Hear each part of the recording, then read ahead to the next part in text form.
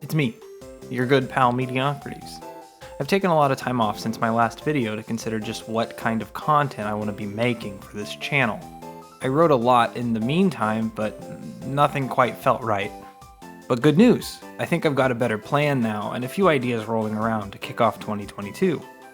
While this video isn't going to be a full deep dive into any particular game, I wanted to close out the year with a few of my favorites that I played.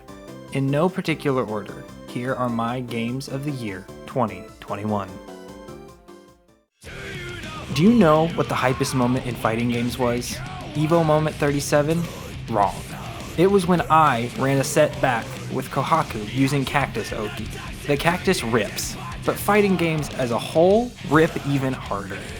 Two major releases came out this year with rollback netcode, a major step forward in viable online play, and I loved both of them. Admittedly, I've fallen off playing both simply due to the energy output required to play competitively, but I look forward to the return of in-person major tournaments. Guilty Gear Strive and Melty Blood Type Lumina share the same spot on my list because there's no better feeling than barely triumphing in a hard-fought one-on-one match. Also, I like anime. Come on. Bowser's Fury, the pack-in game alongside the Switch re-release of Super Mario 3D World, makes me hopeful for the future of 3D Mario games. I enjoyed Odyssey, but most moons in the game felt completely worthless to have gotten. There was little to no challenge in finding a lot of them. Bowser's Fury, on the other hand, makes every cat shine its own little challenge. Maybe it's a platforming puzzle, or maybe you're chasing down Dark Luigi, but you're always doing something meaningful. Combine that with Nintendo's brilliant improvement on every Ubisoft game's tired open world model, and an Odyssey 2 is a really enticing premise. Okay. Shrek the Third This is a weird one. Earlier this year, a challenge was posted to the Speedrun subreddit to have the world record in the hardest difficulty by a certain date.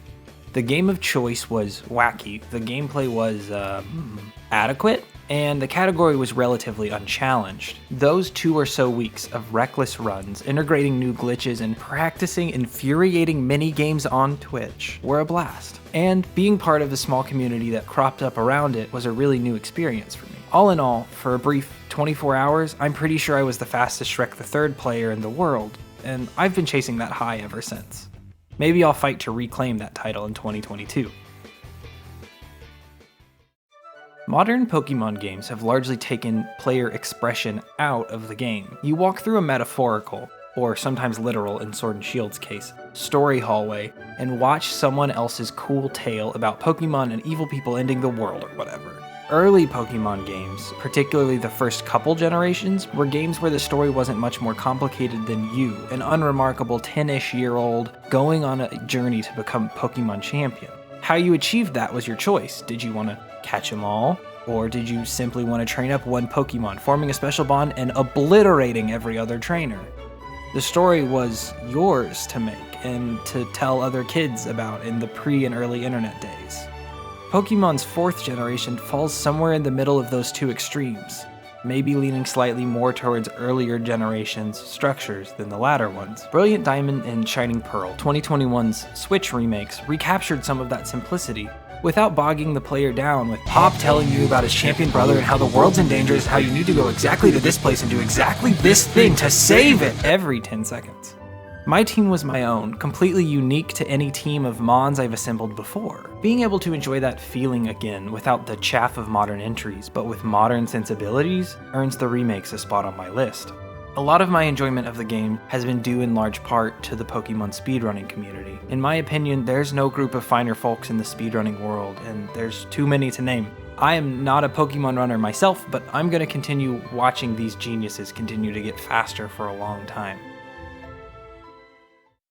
Well, that's it. 4 games that stood out to me this year. What were some of your favorites? Did you also play any certified 2007 classic PC games about a big green onion-like person and his talking donkey sidekick? Let me know in the comments. Happy New Year, everybody. See you in 2022.